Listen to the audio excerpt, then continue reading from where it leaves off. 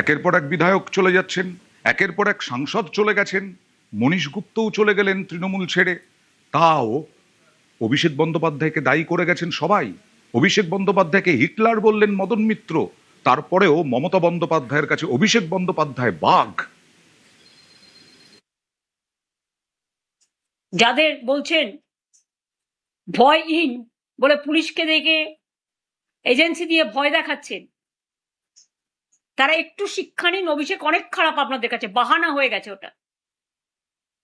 তো অভিষেকের বউ যদি 1.5 বছরের বাচ্চাকে নিয়ে সিবিআই অফিসে যেতে পারে সাক্ষী দিতে, তাকে ডেকে পাঠানো হয়েছিল, তখন আপনাদের মনে নেই? আজকে আমি যখন ফেসবুক করছি সেদিনও ডেকে পাঠানো হয়েছে, 25টা 30টা কেস দেয়া হয়েছে। সেটা সহ্য করছে, একটু সেটিং করে নিলে সব থেকে রিলিফ হতে পারত। তাহলে যাদের আজকে আপনারা বলছেন বাহানা দেখিয়ে যে অভিষেক হচ্ছে আপনাদের আয়না, তাই আপনারা চলে যাচ্ছেন, এটা আপনাদের বাহানা। অভিষেকের সব অন্যায় ক্ষমা হয়ে গেছে যদি আপনাদের চোখে কোনো অন্যায়ও করে থাকে। যে সে আজকে লড়ে যাচ্ছে বাঘের মতো, এরাই লড়বে। তার কারণ এরা 50 বছর আগামী দিন রাজনীতি করবে। 4-21-84 অঙ্কটা খুব সহজ, কিন্তু 21শে জুলাই রাজনীতিটা বেজায় জটিল। 21শে জুলাই কারা কারা পালন করবে? মমতা তৃণমূল, নব তৃণমূল, ঋতব্রত তৃণমূল, নব তৃণমূল, এনসিপিআই, আবার প্রদেশ কংগ্রেস। এই 4টে দল মিলেই 21শে জুলাই পালন। বাঘ তো অনেকগুলো আছে। মমতার ব্যানার্জি কোন বাঘের কথা বলছি? বীরভূমের বাঘ না কালীঘাটের বাঘ? কোন বাঘটা? মানে এখন বাঘে বাঘে ছড়াছড়ি। বাঘকে যে মানে খাঁচার মধ্যে রাখাটাই কিন্তু শ্রেয়। তা না হলে বাঘ তো মানুষকে খেয়ে ফেলছে, মানুষের ক্ষতি করে দিচ্ছে। 15 বছর ধরে তো এই বাঘগুলো ক্ষতিই করেছে।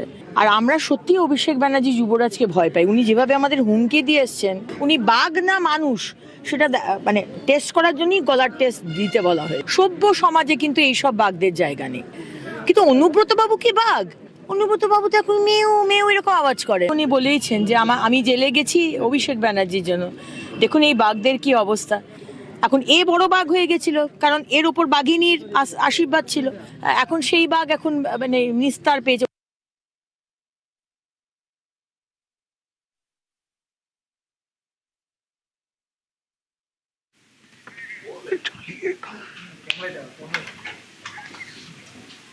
যেটা বলছিলাম, 21শে জুলাই 4টে দল, প্রদেশ কংগ্রেস যাদের ছিল যুব কংগ্রেসের, এছাড়াও মমতা তৃণমূল, চুরি করার অভিযোগ বারবার করে এসেছে প্রদেশ কংগ্রেস।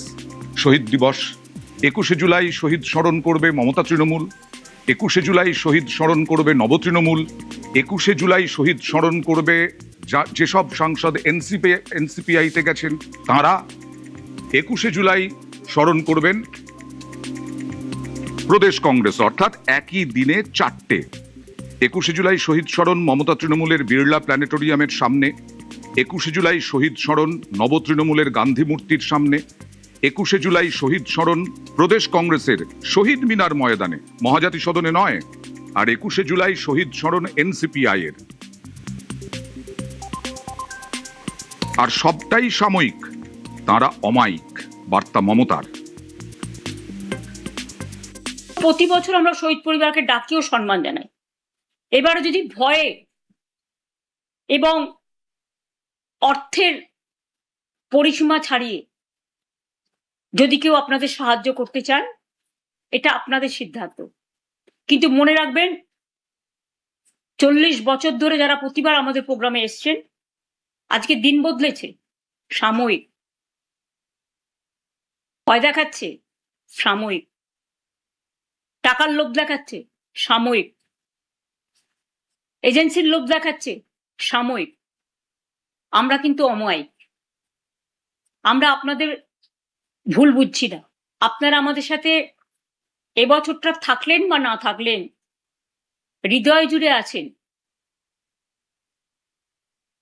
তারিখেরও কি মালিকানা হয়? হ্যাঁ, 21শে জুলাই মালিকানা।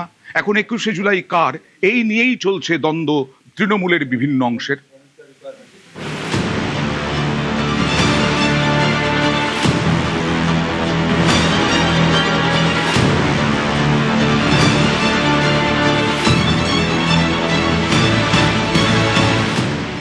আসল, কে নকল, কার 21শে জুলাই পালনের নৈতিক অধিকার আছে, এ নিয়ে রোজই তাল ঠোকাঠুকি চলছে তৃণমূলেরই দুই শিবিরের মধ্যে। সেই বিতর্কে এবার নয়া মাত্রা যোগ করল পোস্টার দ্বন্দ্ব। 21শে জুলাই শহীদ দিবসকে কেন্দ্র করে এবার পোস্টার যুদ্ধে মুখোমুখি দুই তৃণমূল।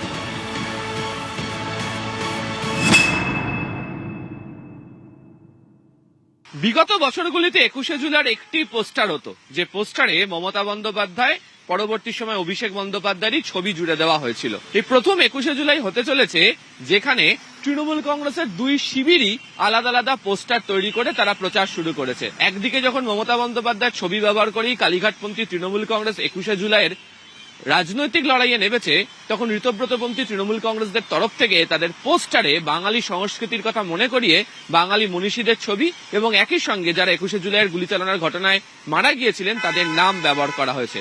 আসলে রাজনৈতিকভাবে একই তৃণমূলের দুই শিবিরের মধ্যে যে পোস্টার যুদ্ধ, তা এবার রাজনৈতিক মহলে নতুন উত্তাপ তৈরি করে দিয়েছে।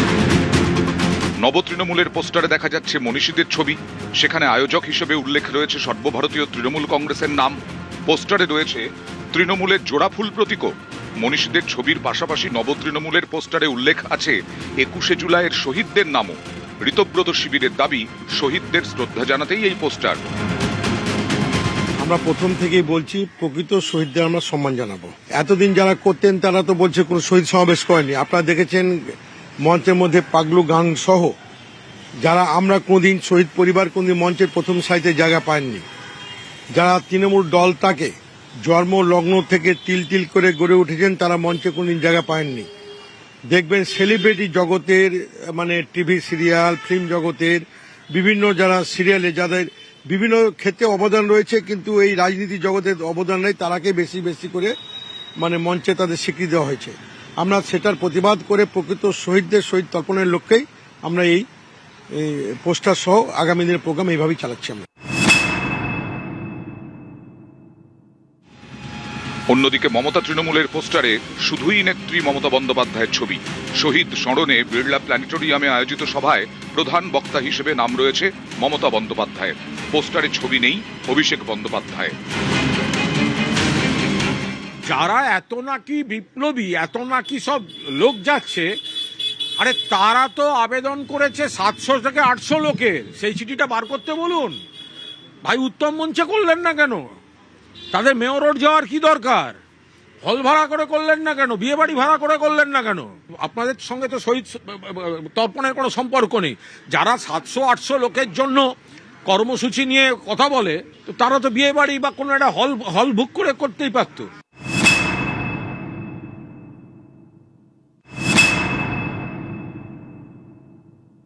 বাকি যারা শহীদ দিবস পালন করছেন সেখানেই আত্মারা শান্তি পান না। সেগুলো অন্য পতাকা, যে পতাকা নিয়ে সেদিন, যে ঝান্ডা নিয়ে বাড়ি থেকে বেরিয়েছিলেন অন্যায়ের বিরুদ্ধে প্রতিবাদের জন্য, সেই পতাকাটা আবার বলছি যুব কংগ্রেস, কংগ্রেসের পতাকা, অন্য কোনো পতাকা ছিল না।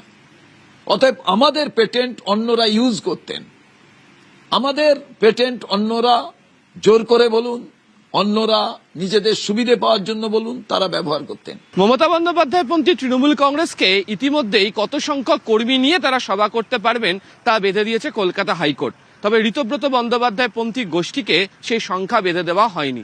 ফলে পোস্টার যুদ্ধের লড়াই আসলে কে কত সংখ্যক মানুষকে কাছে টানতে পারছেন সেদিকেই এগোবে। ক্যামেরা অসিত দাসের সাথে আবির ঘোষাল, নিউজ 18 বাংলা, কলকাতা। মাঝরাতে